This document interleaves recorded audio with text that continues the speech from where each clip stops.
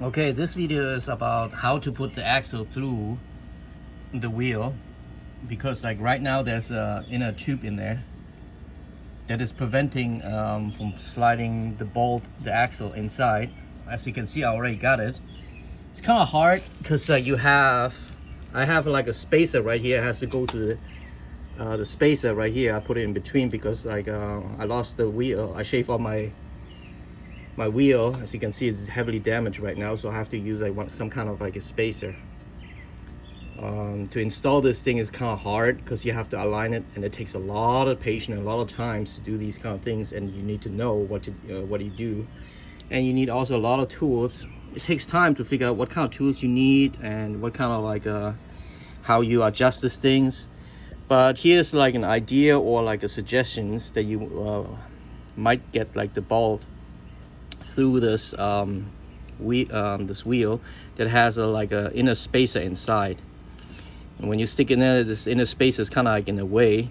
So what I do, I just have to like wiggle it, and then sooner or later this axle bolt will slip into the inner tubes, and then you will get it. But the hardest thing at the beginning, what you have to do is to get it properly aligned. The location where you need to align is almost at the end of the hangers. You see the hangers right here, it ends right here. So you have to position the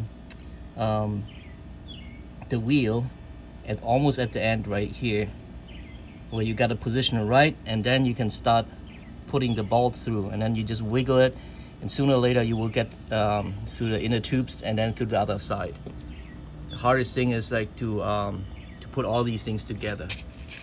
And then on top of it, you have to put the notches right first. On top of, first you do the notches right here. I put a blue tape so I'm marking, so I know where the marking is. Put the notches right, and then put it in, and then align it the right notches right here. Second, you need to align the wheel in the right positions, almost at the opening at the hangers right here. And once you align it, you put like the bolt, and you just tap it right through it, and you just wiggle it.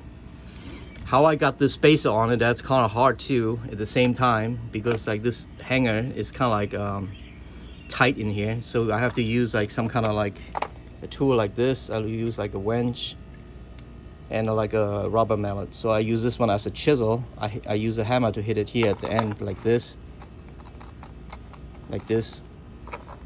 So let me demonstrate.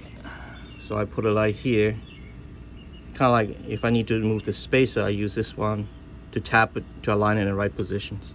And once you got all these things aligned, and the last thing what it's in your way is just like the inner bearing spacers, and then you just wiggle it, and then somehow you pull it, you will get it.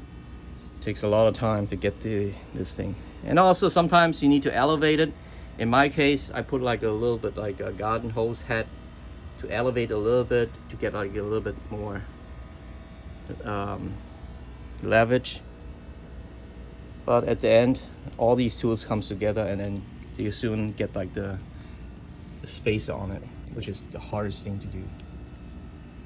Putting like a customized spacer on it, because my wheel is rubbing against the frame, and it's totally bind the wheel together, and I cannot tighten the wheel.